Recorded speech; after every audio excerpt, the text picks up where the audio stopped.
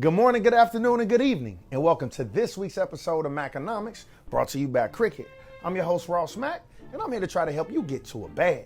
Look, in today's episode, I will outline tips on how to plan financially for a rainy day. Look, we got a new caller calling. Talk to me, what you got? Hey, Mr. Ross Mack, can we talk a little bit about the economy? I'm hearing there's a lot of uncertainty and potential jobs being lost. How should I be preparing for it? Wow. Look, that's an excellent question. And look, it's no surprise that many economists and top CEOs are expecting for there to be an economic downturn coming this year. So here are the steps that I would take in order to prepare for it. Look, first things first, you got to start saving aggressively. Look, the next few months could be tough on our pockets for a number of reasons. Look, we have the cost of living at the highest level that we've seen in our lifetimes due to inflation. Look, inflation is the rise in prices of goods over time. And look, it is literally the reason that U.S. households are spending an average of almost $400 more per month than they were doing a whole year ago. And as inflation climbs, unemployment and consumer debt will also drastically start increasing.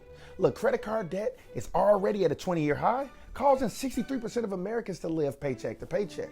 And that said, it's best to start saving aggressively and making sure that you have a fully funded emergency fund. And look, now what's that, right? The emergency fund is a personal budget set aside as a financial safety net for future mishaps or all those unexpected expenses that come your way. Now, whatever your necessary monthly expenses are, you want to make sure that you have at least 3 to 6 times that set aside.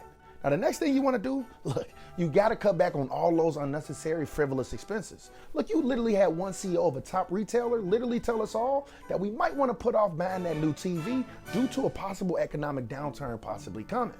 Look, by cutting back on all those bad purchases, you will have excess cash. Start canceling those unnecessary subscriptions, slow down on ordering all that takeout, and guess what? You might want to start thinking about a more affordable phone plan. You already know, check out Cricket. And lastly, with all the extra money you got set aside, assuming that you do have a fully funded emergency fund, now's the time that you might want to start purchasing some great companies at a discount. Because look, in our culture, we're all conditioned to shop aggressively anytime we see that there's a sale. For instance, ask yourself, what did you do this past Black Friday and Cyber Monday?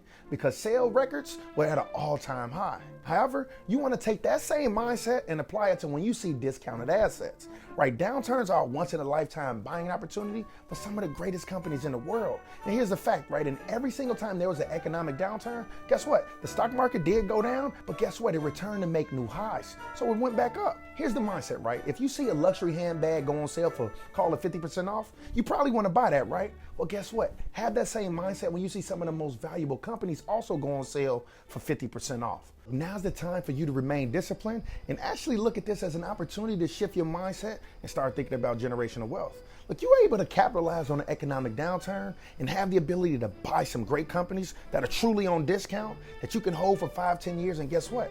The prices will more than likely return in value and actually go even higher. So look at this as a great buying opportunity, AKA some great companies have gone on sale. But look, I hope that helps, man. Great question. Next caller, talk to me, what you got?